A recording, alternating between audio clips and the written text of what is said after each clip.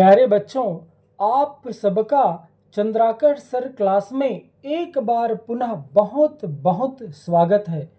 प्यारे बच्चों, इस वीडियो में मैं हाई स्कूल बोर्ड परीक्षा 2025 के महत्वपूर्ण क्वेश्चन को लेकर के यूनिट सेकंड के साथ आया हूँ। यह यूनिट है कोऑर्डिनेट ज्योमेट्री। बड़ा ही मस्त यूनिट है, छोटा सा यूनिट है, लेकिन अंक बहुत अच्छा है। कुल 8 अंक के प्रश्न इसमें से पूछे जाएंगे, जिसमें से एक 4 नंबर का होगा, एक 2 नंबर का होगा और 2 प्रश्न 1-1 नंबर के पूछे जाएंगे।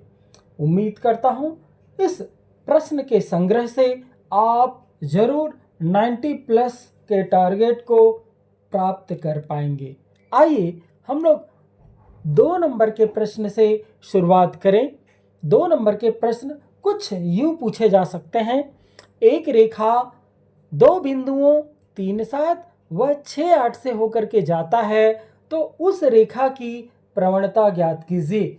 निश्चित रूप से आप प्रवणता m = y2 - y1 अपान x2 - x1 की सहायता से ऐसे प्रश्न हल कर पाएंगे। अगला प्रश्न है, x अक्ष के समांतर रेखा की प्रवणता क्या होगी। यदि ऐसा क्वेश्चन आता है तो खाली स्थान में पूछा जाएगा या बहुविकल्पी में ये प्रश्न पूछे जा सकते हैं। निश्चित रूप से x अक्ष के समांतर रेखा की प्रवणता 0 ही होगी। अगला प्रश्न है, इसी प्रश्न के अनुसार y अक्ष के समांतर रेखा की प्रवणता क्या होगी। निश्चित रूप से y अक्ष के समांतर रेखा की प्रवणता अनंत होगी। हम लोग अपरिभाषित भी लिख सकते हैं। अगला प्रश्न है, यदि रेखा का मानक रूप y = mx + c के अनुरूप कोई रेखा का समीकरण दे दिया जाए, जैसे यहाँ पर आपको नजर आ रहा होगा y = 7x - 5 और पूछा गया है इसकी ढाल बताइए। तो यदि y एक अक्ष में है और उसका गुणांक 1 है, तो x के गुणांक ही प्रवणता होगी। तो यहाँ पर निश्चित रूप से प्रवणता 7 होगी। ऐसे क्वेश्चन भी पूछा जा सकता है 1-1 नंबर का। अगला प्रश्न है, एक रेखा है जो बिंदु 5, 7 से गुजरती है और इसकी ढाल 2/3 है। इस रेखा पर उस बिंदु का x निर्देशांक ज्ञात करना है जिसका y निर्देशांक 13 हो।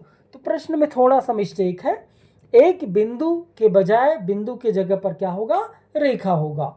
बिल्कुल ठीक है, अच्छे से बनाइएगा। अगला प्रश्न आपका आलेख अर्थात ग्राफ से है। मैं आपको बता दूं, इस यूनिट में एक प्रश्न आपका निर्देशांक ज्यामिति से आएगा 4 नंबर का और अथवा करके ग्राफ से आएगा। आपको ग्राफ खींचना पड़ेगा 2 आंकड़ों के मध्य। तो मैं वही ग्राफ अर्थात आलेख का क्वेश्चन आपके सामने रखना चाहता हूं। प्रश्न है, मूलधन 100 रुपए पर 10% वार्षिक ब्याज की दर से 1, 2, 3, 4 व 5 वर्ष के लिए साधारण ब्याज सारणी में आपको दिखाई दे रहा होगा, समय आपको दिखाई दे रहा होगा और साधारण ब्याज भी आपको दिखाई दे रहा होगा।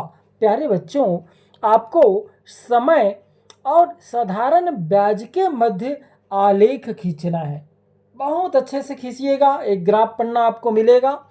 आप समय को x अक्ष में रख दीजिएगा और साधारण ब्याज को y अक्ष में रख दीजिएगा। एक सुंदर सा ग्राफ खींचिएगा और उसमें पैमाना जरूर लिख दीजिएगा। निश्चित रूप से आपको 4 अंक जरूर मिलेंगे। इसी कड़ी में अगला प्रश्न है, वर्ग की एक भुजा की लंबाई में परिवर्तन करने पर प्राप्त हुए क्षेत्रफल को नीचे सारणी में आपके सामने दर्शाया गया है। यहाँ पर सारणी में आपको वर्ग की भुजा दिखाई दे रहा है। वर्ग की भुजा में बदलाव के साथ क्षेत्रफल में भी बदलाव आपको नजर आ रहा होगा। तो आपको वर्ग की भुजा और क्षेत्रफल के मध्य आलेख खींचना है। इसको भी बहुत अच्छे से आप खींचिएगा। अगला प्रश्न आलेख से ही रिलेटेड है। x अक्ष के विभिन्न मानों के लिए एक्स स्क्वेयर का मान ज्ञात करके एक्स और एक्स स्क्वेयर के मानों के बीच आलेख आपको खींचना है, जबकि एक्स के मान को आपको ऋण 4 व धन 4 के बीच का जो पूर्णांक संख्या है वो लेना है। ध्यान रखिएगा इस प्रश्न में ऋण 4 और धन 4 के बीच का, तो कौन आएगा? एक्स बराबर आप लोग लेंगे 3, ऋण 3 लेंगे, ऋण 2 लेंगे, ऋण 1 लेंगे, फिर आप 0 लेंगे, फिर 1 2 3 लेंगे, और ये तो एक्स का मान हो गया और इसका वर्ग भी आपको करना है। तो दो डाटा आपको मिलेगा, एक एक्स का और एक एक्स स्क्वेयर का। एक्स का डाटा आपको क्या मिलेगा? -3, -2, -1, 0, 1 2 3। उसके संगत एक्स स्क्वेयर का मान आपको क्या मिलेगा? -3 है तो -3 का वर्ग 9 होगा, -2 का वर्ग 4 होगा, -1 का वर्ग निश्चित रूप से 1 होगा, 0 का 0 होगा, 1 का 1 होगा, 2 का 2 होगा, 2 का 4 होगा, 3 का 9 होगा। इस प्रकार से आपको दो टेबल बना लेने हैं, एक में एक्स का मान और एक में एक्स स्क्वेयर का मान। फिर दोनों के मध्य आप लोग ग्राफ जरूर खींचिएगा। ऐसे भी क्वेश्चन आते हैं, तो निश्चित रूप से यहाँ पर दो क्वेश्चन आएंगे अथवा करके, जो आप लोगों को अच्छा लगे आप जरूर बनाइएगा। आइए अब हम लोग बात करते हैं इसमें एक एक नंबर के जो दो क्वेश्चन आए हैं।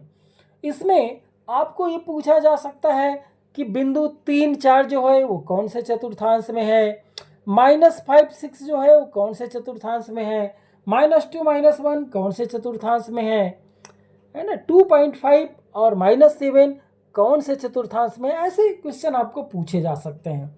तो यदि किसी बिंदु के दोनों निर्देशांक पॉजिटिव है तो प्रथम चतुर्थांश में होगा, यदि x माइनस में है y प्लस में है तो द्वितीय में होगा, यदि x भी माइनस में है y भी माइनस में है तो वो तृतीय में होगा, यदि x पॉजिटिव है y नेगेटिव है तो वो चतुर्थ में होगा।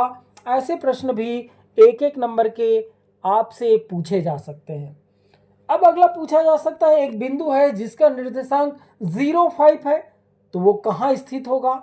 निश्चित रूप से x निर्देशांक 0 है तो वो बिंदु y अक्ष में ही होगा। ऐसे प्रश्न की भी तैयारी करिएगा। ऐसे भी बिंदु हो सकते हैं जिसमें y निर्देशांक 0 हो, x निर्देशांक 0 ना हो, y निर्देशांक 0 हो, तो पक्का ऐसे बिंदु जो है वो x अक्ष में स्थित होगा। इस टाइप से प्रश्न की आप तैयारी जरूर करिएगा। आपसे पूछा जा सकता है कि बिंदु -3 -7 खाली स्थान चतुर्थांश में है, तो मैंने चर्चा बताया ही था, दोनों नेगेटिव है मतलब ये पक्का तीसरे चतुर्थांश में होगा। अगला क्वेश्चन है, एक्स अक्ष पर स्थित किसी बिंदु का y निर्देशांक खाली स्थान होता है। एक्स अक्ष पर कोई बिंदु स्थित है तो पक्का y निर्देशांक 0 ही होगा। निर्देशांक समतल पर दोनों अक्ष परस्पर खाली स्थान होते हैं, निश्चित रूप से लंबवत होते हैं। अगला क्वेश्चन है, y अक्ष पर स्थित किसी बिंदु का x निर्देशांक खाली स्थान होता है। तो जो बिंदु y अक्ष पर है, y अक्ष पर स्थित है तो उसका x निर्देशांक 0 ही होगा। मूल बिंदु के निर्देशांक खाली स्थान होते हैं तो पक्का यहाँ पर लिखेंगे आप लोग 0 0 होते हैं। प्यारे बच्चों, आप इतने क्वेश्चन की यदि आप लोग तैयारी कर लेंगे तो निश्चित रूप से यकीन मानिए आप एक एक नंबर के दो ऑब्जेक्टिव क्वेश्चन भी बना लेंगे। 2 नंबर का क्वेश्चन तो बनना ही बनना है, 4 नंबर का क्वेश्चन 100% बनेगा, क्योंकि 4 नंबर का क्वेश्चन या तो निर्देशांक ज्यामिति से आएगा या तो फिर आएगा आलेख से। आलेख जरूर बनाइएगा। आलेख में कोई भी प्रश्न दे, 2 डाटा आएगा, एक डाटा को आप x अक्ष में रखिए, एक डाटा को आप y अक्ष में रखिए, पक्का यहाँ पर 4 नंबर आपको मिलेंगे। तो प्यारे बच्चों, मैं उम्मीद करता हूँ कि ये यूनिट भी आपका बहुत अच्छे से जाएगा और निश्चित रूप से यहाँ पर भी आप लोग 90+ का स्कोर कर पाएंगे। प्यारे बच्चों, इस दूसरे यूनिट की इस वीडियो में बस इतना ही। अगला वीडियो में हम लोग यूनिट 3 की चर्चा करेंगे। निश्चित रूप से यदि आपको ये वीडियो अच्छा लगा होगा तो चैनल को सब्सक्राइब कर लीजिए और लाइक कर लीजिए। Thank you.